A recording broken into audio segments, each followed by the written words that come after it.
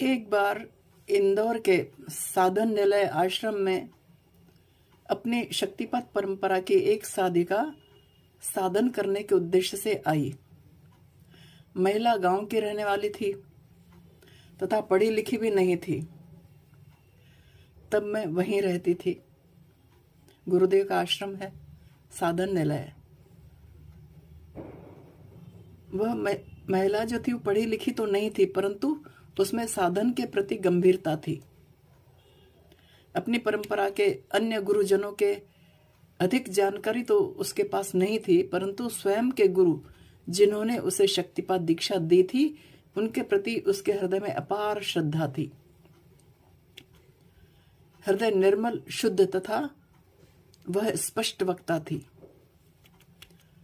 संध्या की आरती से निवृत्त होकर भोजन की प्रतीक्षा में हम आश्रम के बाहर परिसर में चहलकदमी कर रहे थे तो वह महिला भी मेरे पास आ गई।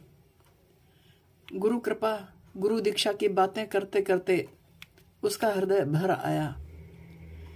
आंखों से अश्रु की धारा बहने लगी।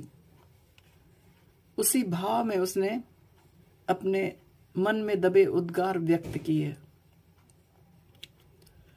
वह कह रही थी, हमारा जीवन बड़ी विकट परिस्थितियों से गुजरा है।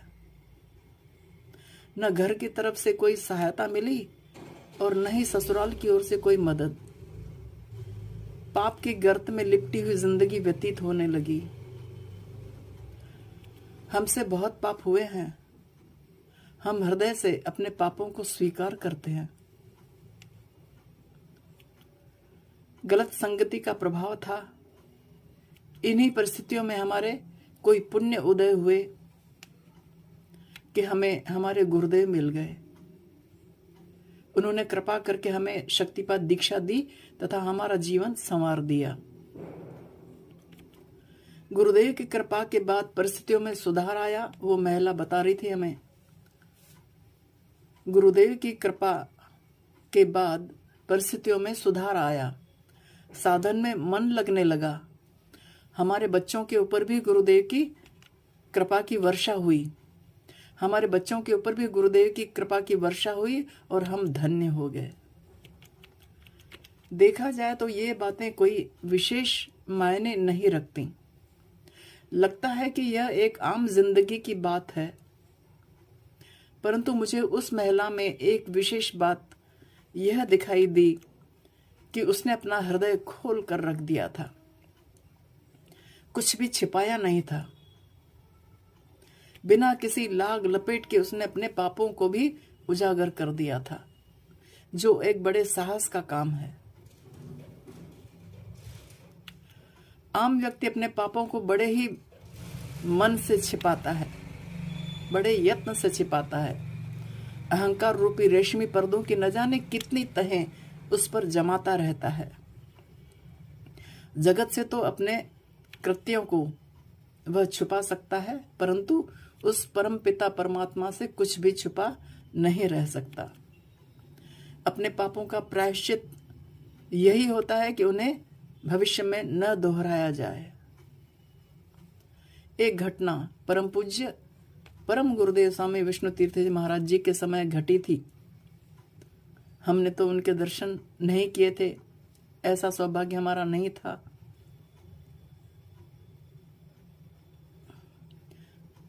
हमने सुना जरूर था वरिष्ठ साधकों के द्वारा।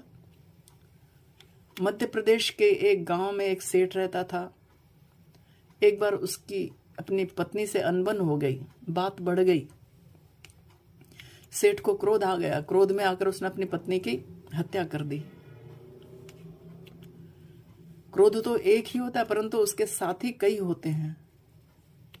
वह अकेला नहीं आता, अपने दलबल सहित आता है। क्रोध अपने दलबल सहित आता है। उसके साथी होते हैं राग, द्वेष, ईर्ष्या, मद, लोभ, मोह, माया तथा अहंकार।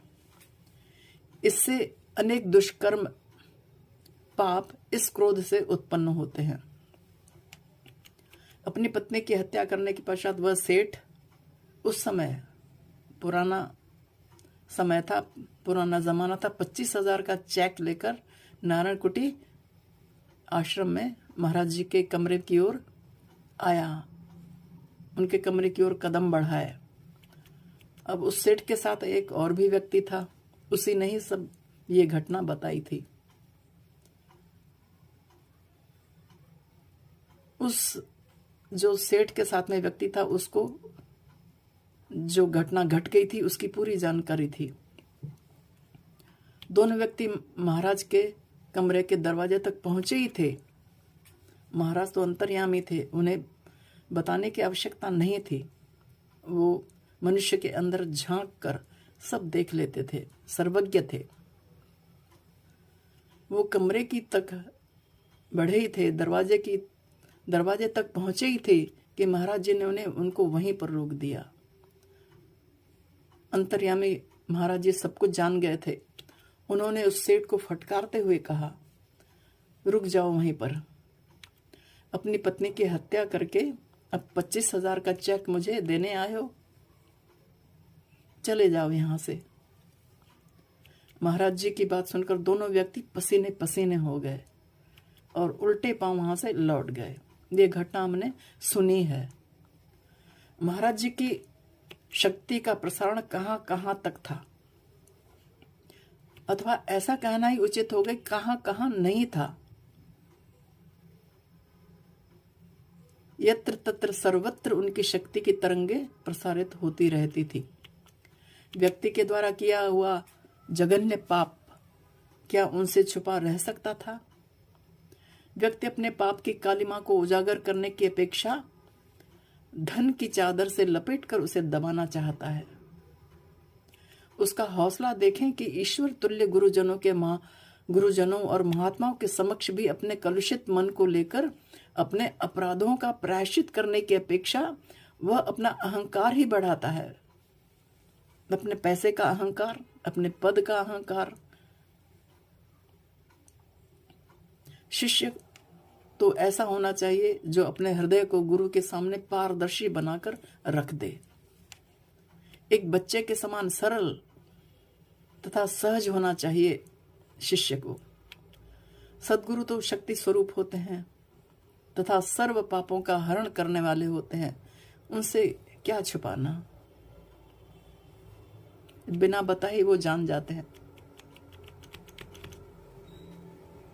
तो ऐसा पारदर्शी स्वभाव गुरुदेव के सम्मुख होना चाहिए एक शिष्य का।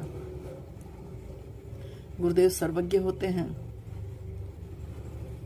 ये उनकी महानता है कि हमारे अंदर जो छुपे हुए पूर्व जन्मों के और इस जन्मों में भी किए हुए पाप होते हैं, वो उनको उजागर नहीं करते हैं, हमारे सामने अनजान बने रहते हैं।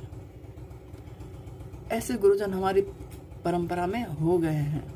हमें आभास होता था कि हमारे गुरुजन सब जानते हैं, एक एक घटना को वे देख लेते थे, आने वाली घटना को भी जान लेते थे। इसीलिए तो शिष्य को उससे बचा कर रख देते, सावधान कर देते थे। कई शिष्यों को ऐसी घटनाएं घटी हैं, उन्हें पहले से ही गुरुजी आगाह कर देते थे।